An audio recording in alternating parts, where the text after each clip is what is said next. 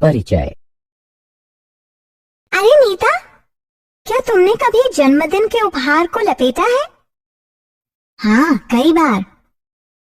इसका अर्थ है कि तुमने बहुफलक के पृष्ठीय क्षेत्रफल को कागज से ढका है। और क्या तुमने स्वयं कभी गिलास से दूध उड़ेला है? हाँ, इसका अर्थ है कि तुमने गिलास के आयतन को द्रव से भरा है। तुम जो कह रही हो वो मैं समझ नहीं पा रही हूँ। ये पृष्ठीय क्षेत्रफल और आयतन क्या होते हैं? पृष्ठीय क्षेत्रफल ठीक वही होता है जैसा कि सुनने में लग रहा है, किसी त्रिआयामी वस्तु के सभी बाह्य पृष्ठों का क्षेत्रफल। और आयतन किसी त्रिआयामी वस्तु के भीतर के स्थान को कहते हैं। आओ, इस विषय में मैं तुम्हें विस्तार से बताती हूँ। इस पाठ में तुम इन दोनों परिकल्पनाओं के संबंध में और अधिक जानोगे। साथ ही ये भी जानोगे कि ठोसों के संयोजन के पृष्ठीय क्षेत्रफल और आयतन की गणना कैसे करते हैं। उद्देश्य। इस पाठ के अंत में आप निम्न करने में सक्षम हो जाएंगे। किन्हीं दो आधारभूत ठोसों जैसे घनाभ, शंकु, बेलन, गोला व अर्धगोला के संयोजन से बनी वस्तु का पृष्ठीय क्षेत्रफल निकालना। किन्हीं दो आधारभूत ठोसों के संयोजन से बनी वस्तु का आयतन निकालना। किसी समवृत्ताकार शंकु के छिन्नक को परिभाषित करना। किसी शंकु के छिन्नक का आयतन ज्ञात करना। किसी शंकु के छिन्नक का वक्र पृष्ठीय क्षेत्रफल ज्ञात करना। किसी शंकु के छिन्नक का कुल पृष्ठीय क्षेत्रफल ज्ञात करना। ठोसों का संयोजन। छात्रों, इन ठोसों को देखिए। ये ठोस दो या अधिक ठोसों से बने हैं। यहाँ हम स्पष्ट देख सकते हैं कि सर्कस का तंबू शंकु व बेलन का संयोजन होता है। लट्टू अर्धगोले व शंकु का संयोजन होता है और परखनली अर्धगोले व बेलन का संयोजन होती है। इसी प्रकार अपने दैनिक जीवन में हम ऐसी अनेक वस्तुएं देखते हैं, जैसे खिलौने, वाहन, पात्र, औजार इत्यादि, जो दो या अधिक ठोसों का संयोजन होती हैं। आइए उनके पृष्ठीय क्षेत्रफल एवं आयतन ज्ञात करना सीखते हैं। ठोसों के संयोजन का पृष्ठीय क्षेत्रफल। ठोसों के संयोजन से बने ठोस का पृष्ठीय क्षेत्रफल ज्ञात करने के लिए हम उसे छोटे छोटे ठोसों में विभाजित कर देते हैं और फिर प्रत्येक ठोस का वक्र पृष्ठीय क्षेत्रफल ज्ञात करते हैं। फिर उन सब वक्र पृष्ठीय क्षेत्रफलों को जोड़कर संपूर्ण ठोस का पृष्ठीय क्षेत्रफल ज्ञात कर लेते हैं। उदाहरणार्थ, इस खिलौने को देखो। यह खिलौना एक शंकु और एक अर्धगोले का संयोजन है। इस खिलौने का पृष्ठीय क्षेत्रफल ज्ञात करने के लिए हम शंकु एवं अर्धगोले के वक्र पृष्ठीय क्षेत्रफल ज्ञात करेंगे।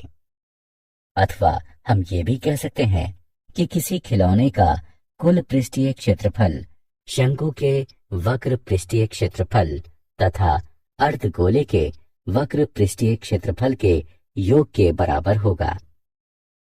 ठोसों के संयोजन से बने ठोस का पृष्ठीय क्षेत्रफल ज्ञात करने के लिए आइए कुछ उदाहरणों को हल करते हैं। उदाहरण, एक ठोस खिलौना एक समवृत्ताकार शंकु द्वारा आच्छादित अर्धगोले के रूप में है। यदि शंकु की ऊंचाई 4 सेंटीमीटर एवं आधार का व्यास 6 सेंटीमीटर है, तो खिलौने का पृष्ठीय क्षेत्रफल ज्ञात कीजिए। आइए इसे हल करते हैं। हमें शंकु की ऊंचाई दी गई है जो कि 4 सेंटीमीटर है और आधार का व्यास 6 सेंटीमीटर है। क्योंकि आधार का व्यास 6 सेंटीमीटर है, अतः शंकु की त्रिज्या आर आधार के व्यास की आधी अर्थात 3 सेंटीमीटर होगी। अर्धगोले की त्रिज्या भी 3 सेंटीमीटर है। अब खिलौने का पृष्ठीय क्षेत्रफल ज्ञात करने के लिए हमें शंकु का वक्र पृष्ठीय क्षेत्रफल तथा अर्धगोले का वक्र पृष्ठीय क्षेत्रफल ज्ञात करना होगा। शंकु का वक्र पृष्ठीय क्षेत्रफल पाई आर एल होता है, अतः अब हमें एल त्रियक ऊंचाई का मान ज्ञात करना है। हम जानते हैं कि त्रियक ऊंचाई एल बराबर वर्गमूल एच वर्ग जमा आर वर्ग के होता है, अतः इसकी गणना करने पर हमें 5 सेंटीमीटर प्राप्त होगा। अब पाई आर एवं एल का मान रखने पर हमें 3.14 गुणा 3 गुणा 5 प्राप्त होता है, जो कि 47.1 वर्ग सेंटीमीटर के बराबर है। आइए अब अर्धगोले का वक्र पृष्ठीय क्षेत्रफल ज्ञात करते हैं, जो कि 2 पाई आर का वर्ग। अतः हमें प्राप्त होता है 2 गुणा 3.14 गुणा 3 गुणा 3 बराबर 56.52 वर्ग सेंटीमीटर। अतः खिलौने का कुल पृष्ठीय क्षेत्रफल बराबर शंकु का वक्र पृष्ठीय क्षेत्रफल जमा अर्धगोले का वक्र पृष्ठीय क्षेत्रफल बराबर 47.1 जमा 56.52 बराबर 103.62 वर्ग सेंटीमीटर। इस आकृति को देखिए। ये सजावट के लिए प्रयोग होने वाला ब्लॉक 2 ठोसों से निर्मित है, एक घन एवं एक अर्धगोला। ब्लॉक का आधार 5 सेंटीमीटर कोर वाला एक घन है और उसके ऊपर लगे हुए अर्धगोले का व्यास 4.2 सेंटीमीटर है। ब्लॉक का संपूर्ण पृष्ठीय क्षेत्रफल ज्ञात कीजिए। हल। घन का संपूर्ण पृष्ठीय क्षेत्रफल बराबर 6 गुणा भुजा का वर्ग बराबर 6 गुणा 5 गुणा 5 वर्ग सेंटीमीटर बराबर 150 वर्ग सेंटीमीटर। हम देख सकते हैं कि पृष्ठीय क्षेत्रफल में घन का वह भाग सम्मिलित नहीं किया गया है जिस पर अर्धगोला अध्यारोपित है। अतः घन का संपूर्ण क्षेत्रफल बराबर घन का संपूर्ण पृष्ठीय क्षेत्रफल घटा अर्धगोले के आधार का क्षेत्रफल जमा अर्धगोले का वक्र पृष्ठीय क्षेत्रफल। सभी के मानों को रखकर और उनकी गणना करने पर हमें 163.86 वर्ग सेंटीमीटर प्राप्त होता है। ठोसों के संयोजन का आयतन। जब हम ठोसों के संयोजन पर दृष्टिपात करते हैं तो क्षमता ज्ञात करने की समस्या उत्पन्न होती है। ऐसे किसी ठोस का आयतन ज्ञात करने के लिए हम उसे छोटे छोटे ठोसों में तोड़ लेते हैं और फिर प्रत्येक ठोस का आयतन ज्ञात करते हैं। फिर प्राप्त आयतनों का योग करके संपूर्ण ठोस का आयतन ज्ञात कर लेते हैं। इस आइसक्रीम कोन को देखिए। यह एक शंकु एवं एक अर्धगोले का संयोजन है। इसका आयतन ज्ञात करने के लिए हम शंकु एवं अर्धगोले के आयतन ज्ञात करेंगे और फिर उन आयतनों का योग कर देंगे। या फिर हम इसको ऐसे भी लिख सकते हैं कि किसी आइसक्रीम कोन का आयतन शंकु व अर्धगोले के आयतनों के योग के बराबर होता है। इस संबंध में और अधिक समझने के लिए आइए एक उदाहरण हल करते हैं। उदाहरण। एक लौह स्तंभ लंब वृत्ताकार बेलन व लंब वृत्ताकार शंकु का संयोजन है। बेलन व शंकु दोनों ही के आधार की त्रिज्या 8 सेंटीमीटर है। बेलनाकार भाग 240 सेंटीमीटर ऊंचा है तथा शंक्वाकार भाग 36 सेंटीमीटर ऊंचा है। स्तंभ का भार ज्ञात कीजिए। यदि 1 घन सेंटीमीटर लोहे का भार 3.9 ग्राम हो। हल, मान लीजिए r बराबर बेलन की त्रिज्या, शंकु की त्रिज्या, h बराबर बेलन की ऊंचाई, h1 बराबर शंकु की ऊंचाई। हम जानते हैं कि स्तंभ का संपूर्ण आयतन बेलन व शंकु के आयतनों के योग के बराबर होता है। अतः संपूर्ण आयतन बराबर पाई आर का वर्ग h जमा 1/3 पाई आर का वर्ग h1 बराबर पाई आर का वर्ग गुणा h जमा 1/3 h1। इसे हल करने से हमें संपूर्ण आयतन प्राप्त हो जाता है, जो कि 50,688 घन सेंटीमीटर है। अब स्तंभ का कुल भार बराबर ठोस का आयतन गुणे भार प्रति घन सेंटीमीटर। यह 1,97683.2 ग्राम अथवा 197.6832 किलोग्राम होगा। किसी ठोस का एक आकार से दूसरे आकार में रूपांतरण।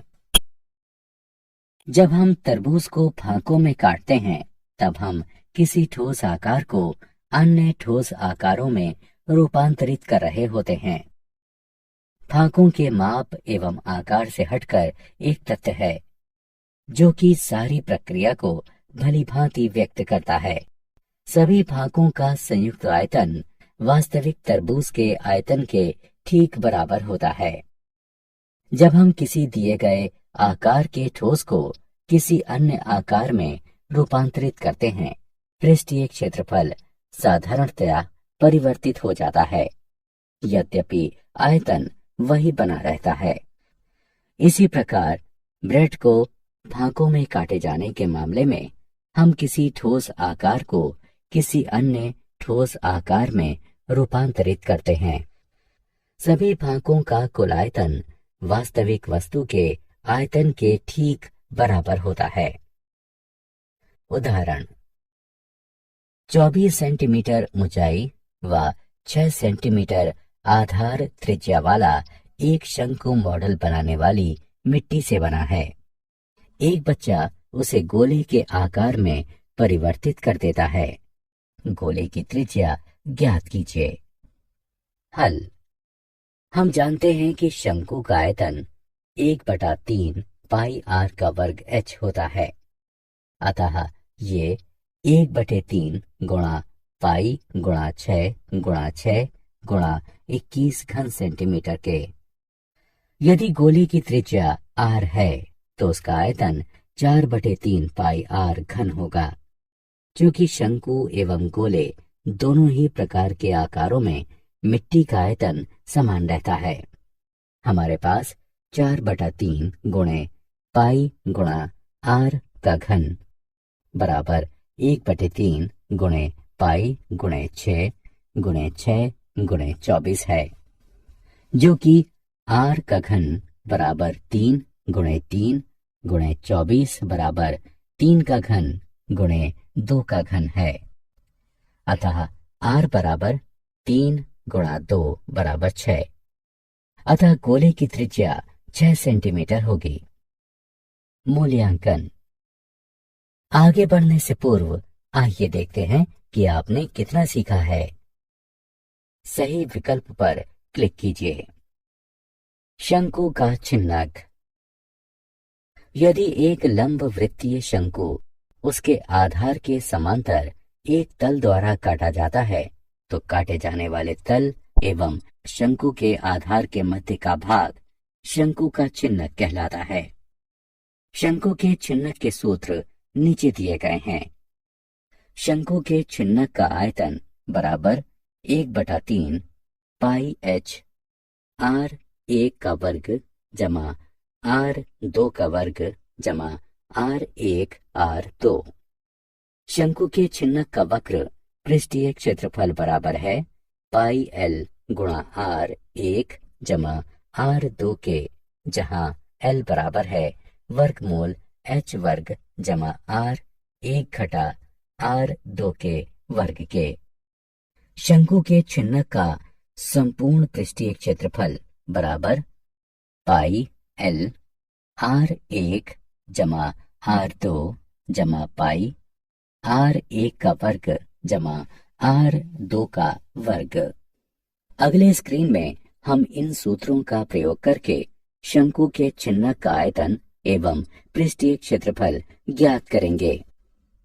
उदाहरण, सामान ले जाने वाली एक बाल्टी लंब वृत्तीय शंकु के छिन्नक के आकार की है, जैसा कि चित्र में दिखाया गया है। बाल्टी का आयतन व संपूर्ण पृष्ठीय क्षेत्रफल ज्ञात कीजिए। हल। हम जानते हैं कि त्रियक ऊंचाई L बराबर वर्गमूल h का वर्ग जमा r का वर्ग, अतः हल करने पर हमें त्रियक ऊंचाई 17 सेंटीमीटर प्राप्त होगी।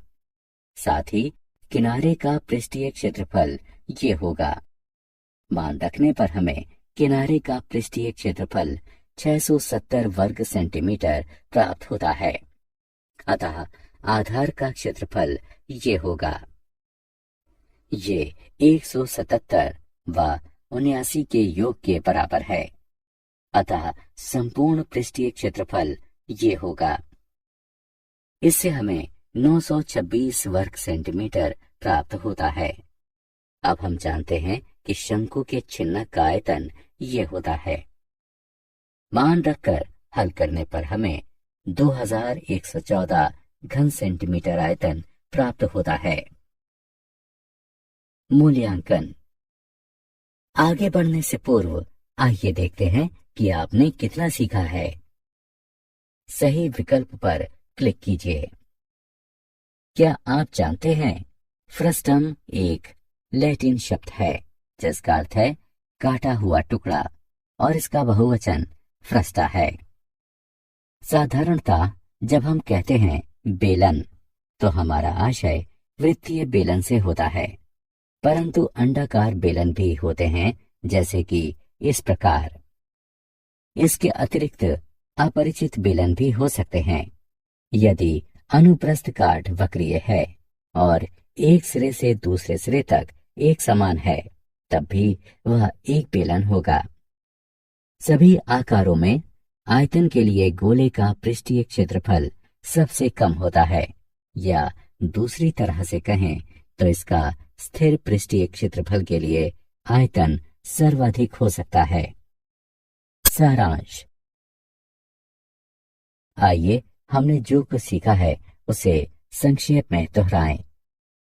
ठोसों के संयोजन से निर्मित ठोस का पृष्ठीय क्षेत्रफल ज्ञात करने के लिए हम उसे छोटे छोटे ठोसों में विभाजित कर देते हैं और फिर प्रत्येक ठोस का वक्र पृष्ठीय क्षेत्रफल ज्ञात करते हैं और फिर उन सब वक्र पृष्ठीय क्षेत्रफलों को जोड़कर संपूर्ण ठोस का पृष्ठीय क्षेत्रफल ज्ञात कर लेते हैं। ठोसों के संयोजन से निर्मित ठोस का आयतन ज्ञात करने के लिए हम उसे छोटे छोटे ठोसों में तोड़ लेते हैं और फिर प्रत्येक ठोस का आयतन ज्ञात करते हैं। फिर प्राप्त आयतनों का योग करके संपूर्ण ठोस का आयतन ज्ञात कर लेते हैं। एक दिया गया लंब वृत्तीय शंकु यदि आधार के समांतर एक तल द्वारा काटा जाता है तो काटे जाने वाले तल एवं शंकु के आधार के मध्य का भाग शंकु का छिन्नक कहलाता है। शंकु के छिन्नक से संबंधित सूत्र इस प्रकार हैं। शंकु के छिन्नक का आयतन ये है। शंकु के छिन्नक का वक्र पृष्ठीय क्षेत्रफल ये है। शंकु के छिन्नक का संपूर्ण पृष्ठीय क्षेत्रफल ये है।